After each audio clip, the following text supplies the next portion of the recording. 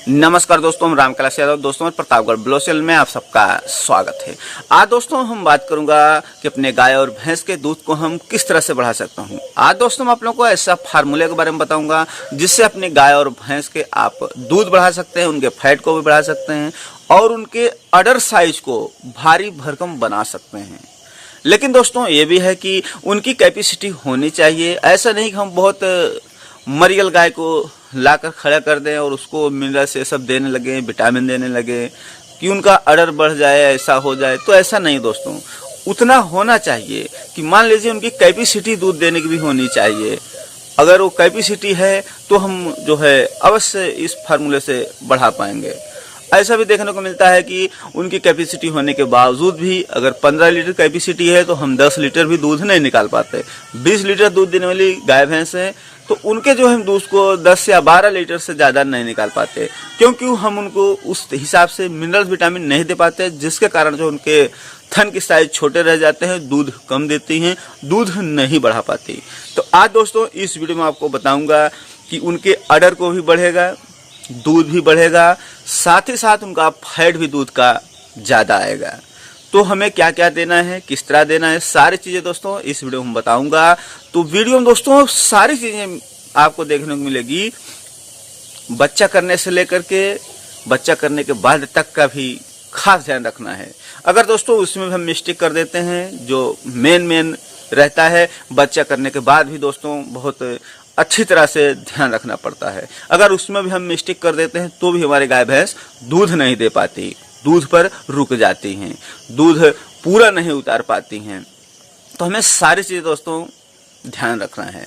Video को like कर दे, channel पहली बार चैनल सब्सक्राइब करके बेल आइकन पर क्लिक करें ताकि हमारा हर वीडियो आपको मिलता रहे। आपको कोई सवाल सुझाव है नहीं तो कमेंट जरूर करें। तो दोस्तों सबसे पहले हमें ध्यान रखना है कि हमारी गाय या भैंस हैं उस हिसाब की, उस क्वालिटी की होनी ज़रूरी है। ऐसा नहीं है कि हम मरियल गाय हो, मरियल यानी बहुत थर्ड क्वालिटी गाय हो, उसको हम सोचे कि 15 से 20 लीटर निकाल लें, उसी कैपेसिटी 2 लीटर देने की है, तो ऐसा संभव नहीं है। हाँ, अगर उसकी कैपेसिटी हो रही है, अगर आप पहले ब्यात में 15 लीटर दूध निकाले हैं तो हाँ, इस ब्यात में आप इस तरीके को आजमाकर 20 लीटर दूध बहुत ही आसानी से निकाल पाएंगे।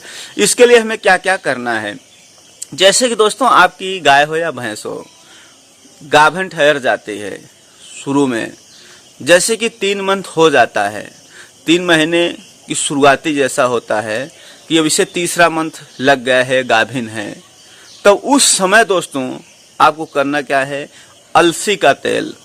अलसी का तेल दोस्तों बहुत मिनरल्स विटामिन का स्रोत होता है, इसको जो है आपको देना है।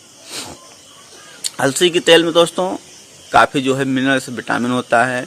तो आपको एक दिन का लगभग 100 ml जो है सुबह में दें या शाम को दें, कभी भी आप दे सकते हैं। लेकिन इतना ध्यान रखें जब इसे दें तो थोड़ा इसे एक बार गर्म करके ठंडा कर लें, उसके बाद जो है अपने पशु को दें।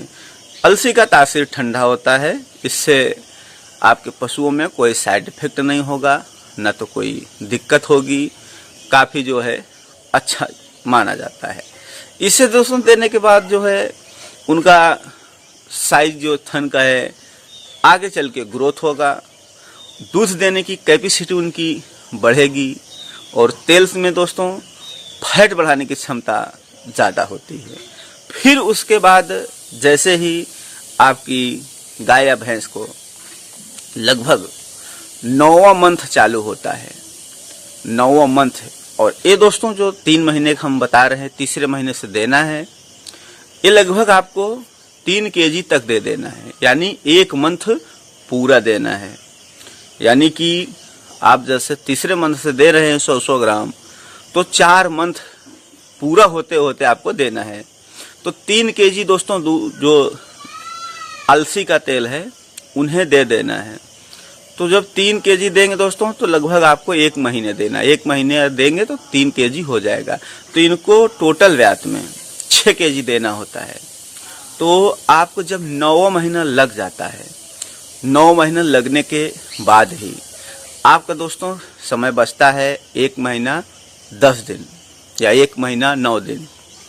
तो हमें क्या क्या देना है, आपको दोस्तों लेना है 10 किलो जौ, 1 किलो लेना है, सॉरी दोस्तों 1 किलो नहीं, 10 किलो जौ और 20 किलो गेहूं, दोनों को मिक्स कर लेना है। मिक्स करने के बाद दोस्तों आपको चाहिए कि 1.5 kg सुबह भिगो दीजिए जौ और गेहूं को। भिगोने के बाद आग पर पका लीजिए।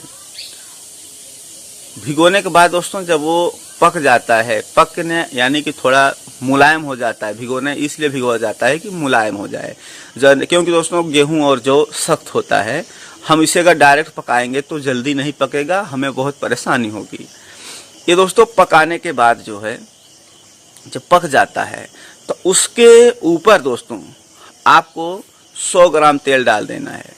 जैसे ही आप पकाकर उतारते हैं, यानी भिगोने के बाद आपको लगभग 2 से 2.5 लीटर पानी या 3 लीटर पानी डाल सकते हैं। जब पक जाता है तो इसके ऊपर ही, पकने के बाद ही गरम रहे आपका जो ये दलिया बनाया हुआ गेहूं जौ का, तो उसके ऊपर ही 100 ग्राम तेल डाल के उसको हिला दीजिए। वो तेल गरम हो जाएगा, गरम होके हर जगह मिल जाएगा। फिर उसे आप रख दीजिए। जब ये तेल ठंडा हो जाता है, यानी आपकी दलिया जो है ठंडी हो जाती है, फिर उसे आप निकाल के अपने उस गाभिन पशु को खिलाइए जो 9 महीना स्टार्ट होता है। इसी तरीके से दोस्तों इसमें भी आपको 1 महीने तक इस अलसी के तेल को पिलाना है, यानी खिलाना है, लगभग 1 मंथ तक। फिर जब 1 मंथ पूरा हो जाता है, यानी 9 महीना पूरा हो जाता है, 9वां शुरुआत है तभी से हमको खिलाना है। जब 9 महीना पूरा हो जाता है फिर अलसी ये जो तेल देना है वो बंद कर देना है। फिर आपको क्या है, यही जौ और गेहूं देना है। जौ में दोस्तों मिनरल्स विटामिन होता है, विटामिन एच का स्रोत माना जाता है। जौ हुआ, गेहूं हुआ, बहुत ही तेजी से अलसी का तेल में भी और गेहूं जौ में जो थन बढ़ाने की अपार क्षमता होती है, जिससे बहुत तेजी से उनके थन में विकास होगा और दूध जो है ज़्यादा मात्रा में देंगी। फिर उसके बाद दोस्तों जब ये 15 दिन हो जाता है, यानी 9 महीना पूरा हो जाता है, फिर बचता है आपको 9 दिन। फिर आप ये तरीका आजमाते रहिए, जो गेहूं जौ आप पका कर दे रहे हैं उसको देते रहिए। इससे उन्हें कोई साइड इफेक्ट नहीं है। और जब वो बच्चा कर देती है तब इस तरीके को बंद कर दीजिए। फिर उसे जो जेर का साफ करने का, कचरा साफ करने का, ये सारी चीज़ें आप दीजिए। और ध्यान रखना है जेर और कचरा अच्छी तरह से साफ होना चाहिए। अगर ये फंस गया, रुक गया या लेट हुआ तो उसमें भी दिक्कत हो सकती है। इसके लिए यूटोन ज़रूर पिलाएं।